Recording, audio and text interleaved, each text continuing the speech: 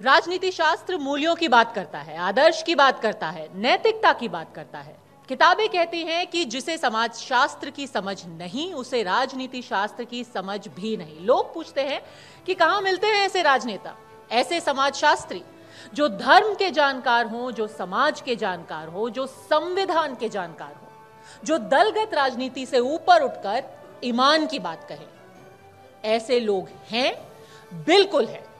TV 9 Bharatvarsh सत्ता सम्मेलन के मंच पर ही ऐसे लोग मौजूद हैं, लेकिन उनके परिचय के लिए मैं मंच पर आमंत्रित करूंगी टीवी 9 नेटवर्क के whole time director Hemant Sharma ji को।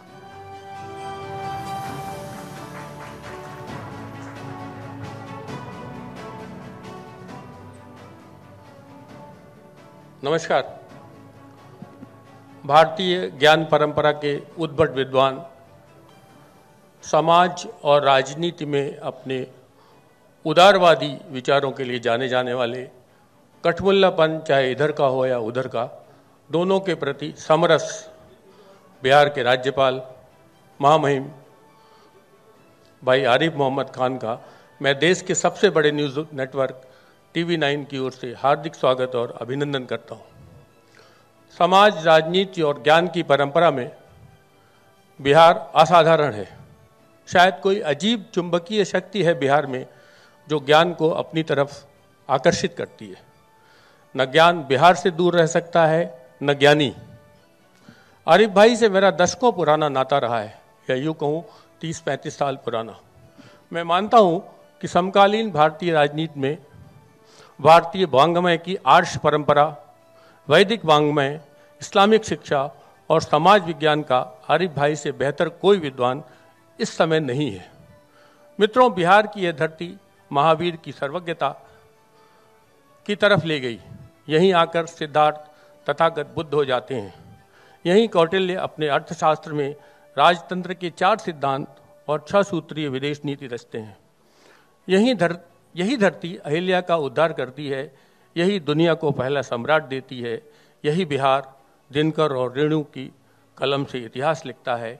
यहीं से शुरू होती है मोहनदास करमचंद की महात्मा की तरफ यात्रा। मुझे लगता है कि समय के उसी चक्र में बिहार का रिश्ता एक और विद्वान आरिफ भाई से जुड़ा है। बिहार के लोग सौभाग्यशाली हैं कि उन्हें ऐसा राज्यपाल मिला। आरिफ भाई केवल राजनीति नहीं बल्कि समाजशास्त्र के भी अद्भुत आचार्य हैं। और शास्त्र कहते हैं, जब किसी सवाल का हल न मिले तो आचार्य के पास जाओ। आज हम समाज में कई विषयों के हल तलाश रहे हैं, चाहे सांप्रदायिकता हो, चाहे संविधान हो, चाहे लोकतंत्र। सवाल सबके ऊपर खड़े हो रहे हैं। इस विमर्श के लिए आरिफ मोहम्मद खान से बेहतर कोई दूसरा आचार्य नहीं है। आज हम सब उनके ज्ञान से लाभान्वित होंगे, राजनीति और समाज के ज्वलंत सवालों पर उन्हें सुनेंगे। हमें खुशी है कि टीवी 9 के बिहार के सत्ता सम्मेलन की शुरुआत आरिफ भाई से हो रही है। अपने व्यस्त कार्यक्रम से वक्त निकालने के लिए हम आरिफ भाई के आभारी हैं और आप सबका आभार जताते हैं। एक बार फिर आप सबका अभिनंदन। नमस्कार। मैं आरिफ भाई से गुजारिश करूंगा कि वो मंच पे आएं। तालियों की गड़गड़ाहट से स्वागत कीजिए। महामहिम राज्यपाल हमारे बीच में है।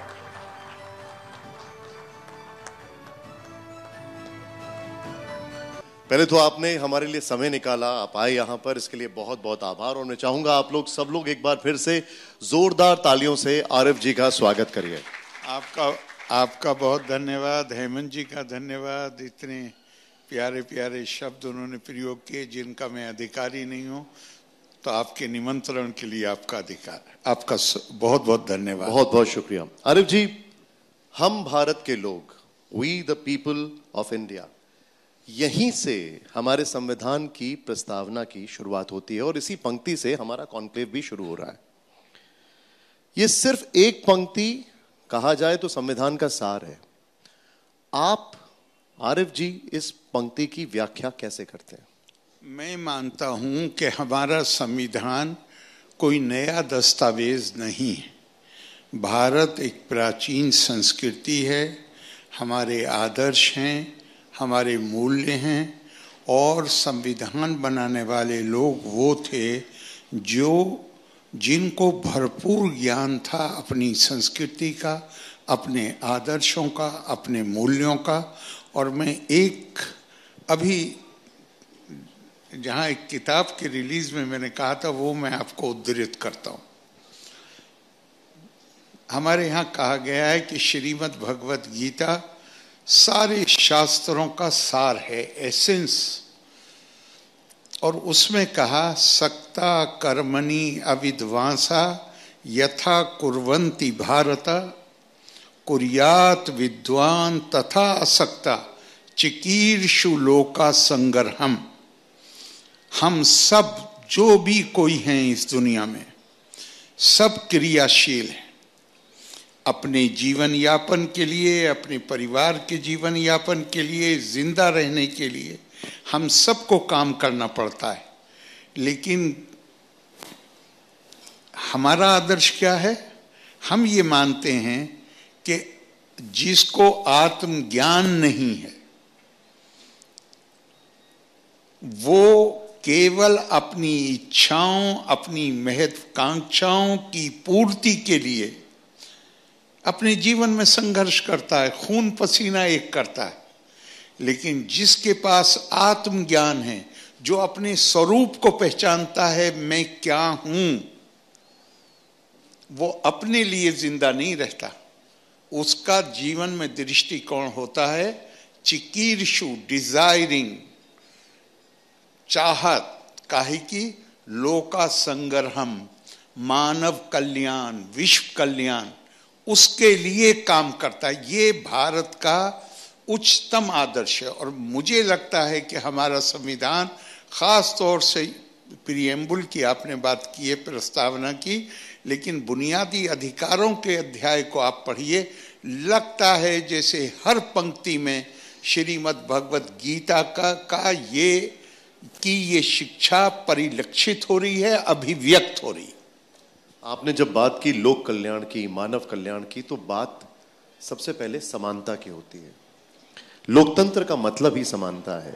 या ये कहें कि पहली शर्त ही यही है। जब आप समाज को देखते हैं तो आपको लगता है कि समानता है, आपको दिखता है समानता है? पहली चीज समानता नहीं, पहली चीज है मानव प्रतिष्ठा, डिग्निटी ऑफ मैनकाइंड। बाकी जितने भी समता हो, बंधुत्व हो, एकता हो, वो सब निकलते हैं मानव प्रतिष्ठा की कल्पना से।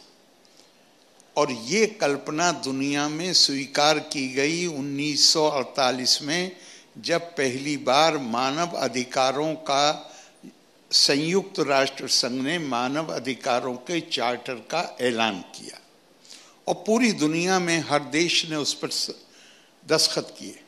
मैं ईमानदारी से ये मानता हूँ कि हम भारत के लोग, जो आपने शुरू में कहा, हम भारत के लोग अगर अपने आदर्श और मूल्य आत्मसात उसको समझ गए होते, उसको आत्मसात किए होते और अगर उसको व्यवहार में लाए होते, तो शायद 1948 में United Nations charter of human rights की जरूरत ही नहीं पड़ती।